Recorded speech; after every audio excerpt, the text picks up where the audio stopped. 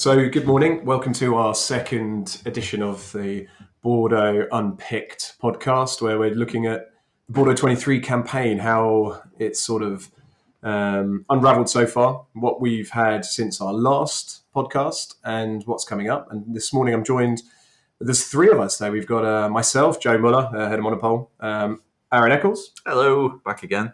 And the guest today is our Bordeaux buyer, the man who's on the ground here dealing with the Bordelais day to day, Marc Ditcham. Hello, second time on the podcast. Second time on the pod, lovely.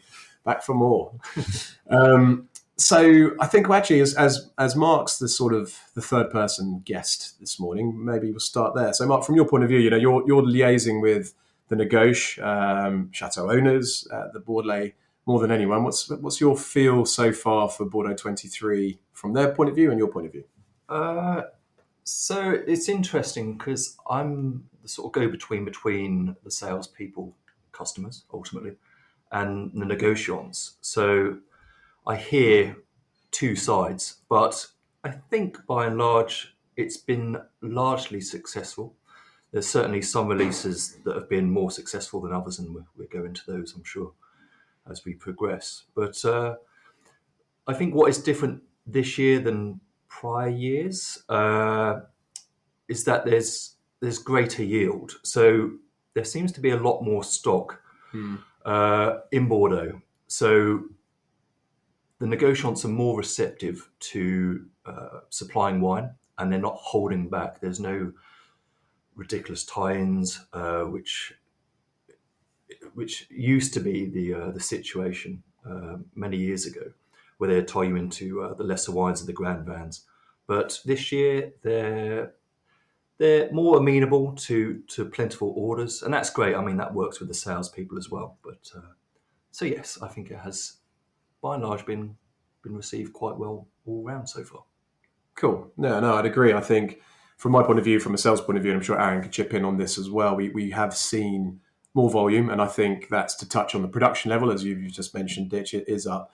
Do you think also a part will be the fact that Hong Kong and mainland China probably aren't getting involved in buying as much, so there's probably a little bit more residual stock just within the system? Yeah, most definitely. Also, I've heard rumours about a couple of merchants in America turning down allocations as well this year, which has then gone back into the pot.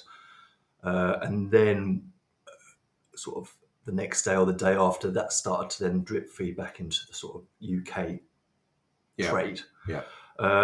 So that's been good for us. I think by and large, America usually only tap in if it's a 5-star vintage. So I think we're all on the same card in that it's a 4-star vintage. So yes, I think it's quite a nice straightforward way of running a campaign as well. There doesn't seem to be first tranches, second tranches like we used to see.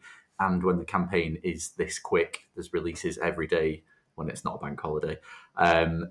You do see that, a chateau like Lafitte's released, all that stable, everything comes out, and we're quick on that to get those wines placed with people who want them, who've requested them, and then the next day there's something else. So not really time to sort of tie people in and do everything like that.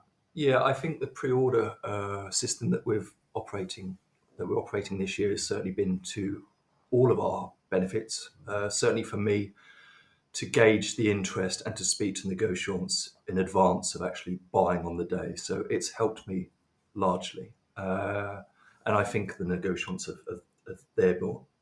therefore been more amenable to actually supply us and not play silly devil, silly buggers on the day. Yeah. I think it's always good to have more sort of cards on the table, so to speak, so people know where they stand, and those communications can be quicker, as well as hold more integrity behind them.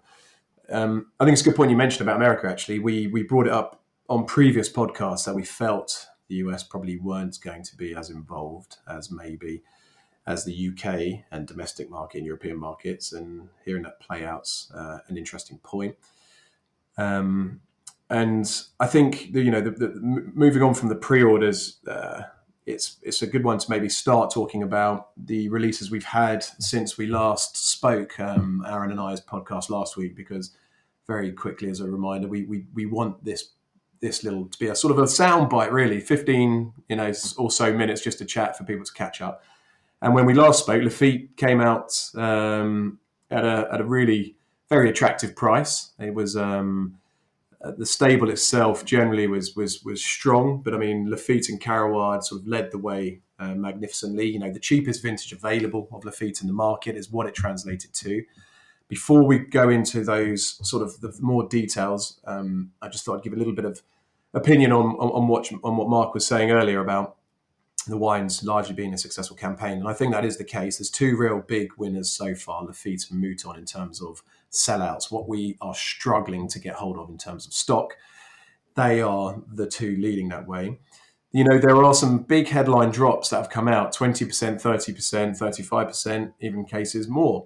And as well as, for a lot of people, that may sound an impressive decrease, but I think what the message is still holding from the consumer point of view is that even if it's a 30% drop, if they have gone up 50% since 2019, it only still translates into a sale price, which maybe isn't competitive with older vintages of the same wine. And that's where I think we need to be focusing on as an industry, and where Mouton and Lafite did. Yeah, I think the days of trying to spin something successfully after 4 vintages of increases just isn't going to wash anymore. I saw an email that said that a certain chateau had dropped the price by a heroic 27% on the year before. It then came with a recommendation not to buy just because it was still above any market release. So it shows that people are watching, and if it doesn't work, it doesn't work. So bearing that in mind, how was your Monday, Marc, with Mouton release? Bank holiday Monday. So whilst everyone was at the DIY shop or with children or family members, I was up early, bright and early, dealing with negotiants for the Mouton stable release. So Mouton, Petit Mouton, Clerc Millon. So yeah, a good few wines that were released on Monday. And working the pre-orders, I was quite happily sitting there buying away. So Mouton was a great success for us. It was 34% down on the selling price compared to last year, and it sold out within a day. But I think the negotiants, as it goes on, as the campaign goes on, they're starting to see trends as to what's working and what's not. And from what I can see, wines that have dropped over 30%, negotiants are now starting to hold back those wines to some degree to possibly eke out later, not maybe at second tranche prices, because we won't play that game, but probably release to the market and drip feed at the back end of the campaign, so in 2 weeks' time. So there's still stock out there, but yes, I think they're just being a little bit more savvy to the releases and just letting everything go. Yeah, no, I mean, just to echo the thoughts on Mouton from the sales team's point of view, we had a lot of customers. We'd sold out to pre-orders already, and we have had a lot of demand since, and so we've had to try and allocate as fairly as we possibly can and spread the wines as far and wide as we can. But the demand was there. Petit Mouton was also nice to see. There was very strong demand from Le Petit Mouton, and it's still, we can get hold of some. There still seems to be a little bits there, so there's still room to still flesh on the bone, so to speak, which is nice because you want to be able to, from our point of view as a merchant, still be able to get hold of some of these stocks as the campaign picks up pace. I believe there are still some customers who are buying Bordeaux and Primeur or are keen to buy Bordeaux and Primeur, and I've spoken to such customers who are still just sort of observing and waiting. And I think maybe next week, when we get to the next string of releases, they maybe might jump in a bit more. Yeah, I think from a sales point of view, a thank you very much to the Bordelais and to you, Marc, because the price release on Monday for Mouton Rothschild, 1,017 per 3 bottles, just meant that it fell within our recommended buy price. Everyone who placed pre-orders, they were able to get some wines, maybe not sort of the volume that you'd like to see, but it was a really nice release, and it meant that on my way back from Hastings in the rain, I I didn't have to do too much. There weren't too many awkward conversations. And I think this leads nicely into next week as well, because the Aubryon stable, Clarence Dillon stable, which oversees the Aubryon stable, La Mission Aubryon, they generally follow the same suit in terms of pricing, discounts or higher elevated prices as Mouton. So that bodes well, and that's going to be released on Tuesday, I believe. So that's going to be an incredibly busy day. There's about 8 wines, I think, that they oversee. But yeah, I mean, if Aubryon is going to be released at the same price as Mouton, then it's going to be roughly about £1,000 a 3-pack or 6-pack equivalent. So again, if that's the 30% decrease, I think that's going to land incredibly well and sit quite favourably with customers. Yeah, no, indeed. So I mean, with our pre-orders, our customers will know, and those who you may be not a customer of ours at the moment, we sent out a pre-order sheet with a list of wines with our recommended buy price, and for Haut-Brion, that recommended buy price was where we think the wine should be sold at a fair price was 2,100 to 2,300 a 6. So we'll see if it comes within that. Along with the Clarence Dillon stable, other exciting releases to look forward to next week include Lafon-Rochet, Langueur Barton, which I think is on Tuesday, possibly Monday, but Tuesday by the looks of it. Then we've also got Cheval Blanc as another big name and a big gun coming out next week, which obviously there's a lot of excitement about. There's a lot of conversation, whether that be amongst critics, but also amongst Bordeaux observers. It's one of the wines that has been, heralded as one of the best wines made in 2023. So that will see a lot of interest. I think, yeah, Cheval Blanc should be particularly exciting because over the last couple of years we've done more and more in-house activity with the domain, with the chateau, and having an email communication direct with the estate just a few days ago. We've already set down what we want in terms of quantity and where we'd like to see the price. So hopefully that will bode well for Monday's release. Yeah, it's quite an exciting time at the moment. We've had some really good releases in the form of Mouton Rothschild and Lafite Rothschild. We've had some not so good releases in the form of Angelus. So we know what does work, we know what doesn't work, and therefore, with sort of a really big week ahead of us, there's some really fantastic wines to come out that, when we tasted, we were really excited about. So Lafon-Rochet was really good. Cheval Blanc, stunning in a lot of people's sort of wine of the vintage.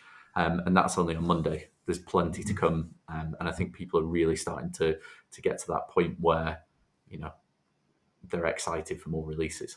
Yeah, no, I think, indeed, it's probably a good point to underline. Next week is going to be busy. This week, we'll have a lot more to talk about as well on the next podcast, because this week there's only been really 2 days, working days of releases. It's been a public holiday yesterday in France. It's a public holiday today. We're recording on Thursday the 9th. And then on Friday, there is unlikely to be much action. One big release this week, though, was Chateau Cantemerle, which was Mark Ditcham's favourite wine. So take it away, Mark. Here's your pitch. My pitch? God, I don't know. You put me on the spot there. But we do have plenty available. But there's no short supply, so do tuck in. Speak to one of these guys if you want to buy a case or two. Great wine, great fifth growth. Yes. It was indeed. And I think actually it brings us on to, Aaron touched on the hits and misses of the vintage and so far in terms of releases, and obviously Mouton and Lafite leading that way. The misses have been led by Angelus. I suspect Ozone will probably fall into that category next week as well. But I would like to give a shout out to Lafon-Rochet. It's a gorgeous wine. We were very fond of it. 17.5 to 18 is what we scored it. It fell nicely at the top end of our recommended buy price, and it's wonderful value. £165 a case of 6. I think that is one of the hits as well of the vintage so far at the other end of the scale in terms of price. Yeah, a chateau to watch there. Christophe Kong in firmly ensconced there and doing some really good things on the technical side. It's a well-placed chateau, always made very good wines. It seems to have gone to a bit of a different level and a very good price, really good price. Indeed. Well, look, I think that sort of concludes it. I mean, it'd be quite fun to sort of say what are you most, if we go around each saying which one we're most excited about seeing price wise next week. It'll be fun to start.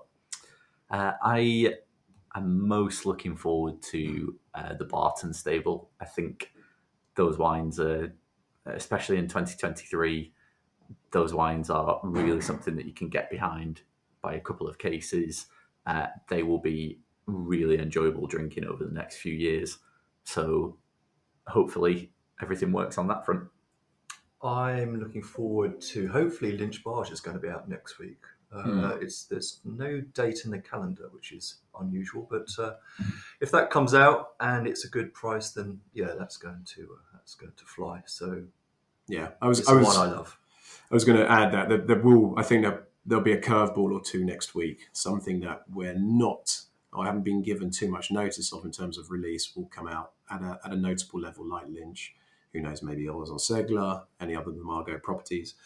But I mean, I'm definitely excited about Cheval just because I want, those are the kind of estates that we need to keep momentum going along with the big properties like Lafite and Mouton have done.